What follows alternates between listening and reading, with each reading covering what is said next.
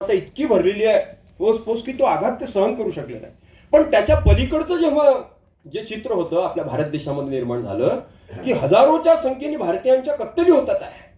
वंदनीय राष्ट्रसंत तुकडोजी महाराज त्यावेळेला गुरुकुंज आश्रमामध्ये थांबले नाही. ते गुरुकुंज आश्रमाच्या बाहेर पडलेत आणि त्यावेळेला समाजाची कोणती गरज आहे राष्ट्राच्या दृष्टीने, भारत मातेची काय आवश्यकता आहे, what is the great and urgent need of the society, माझ्या समाजाची आता गरज काय आहे. आणि त्यावेळेला त्यांची जी वाणी आहे, धर्म नाही स्वीकारता, धर्माच्या आधारे हा सगळा विद्वेष चालू होता. We have enough religion to make us hate but we don't have enough religion to make us love.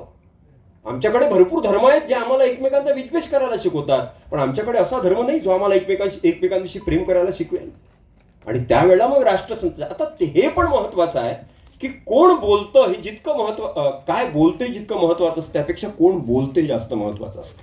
ते राष्ट्रसंतांच्या मुखातून जेव्हा निघाले, धर्म नहीं कहता किसी के बहु बेटी पर निगाह करू, धर्म नहीं कहता कोई जीव पर हथियार करू, त्याचा परिणाम झाला समाजामध्ये. आणि म्हणून त्यावेळेला या भारत देशातल्या मोठ्या मोठ्या लोकांनी म्हटलेलं आहे की जे काम सरकार करू शकत नव्हतं ते वंदनीय राष्ट्रसंत तुकडोजी महाराजांनी केलेलं आहे.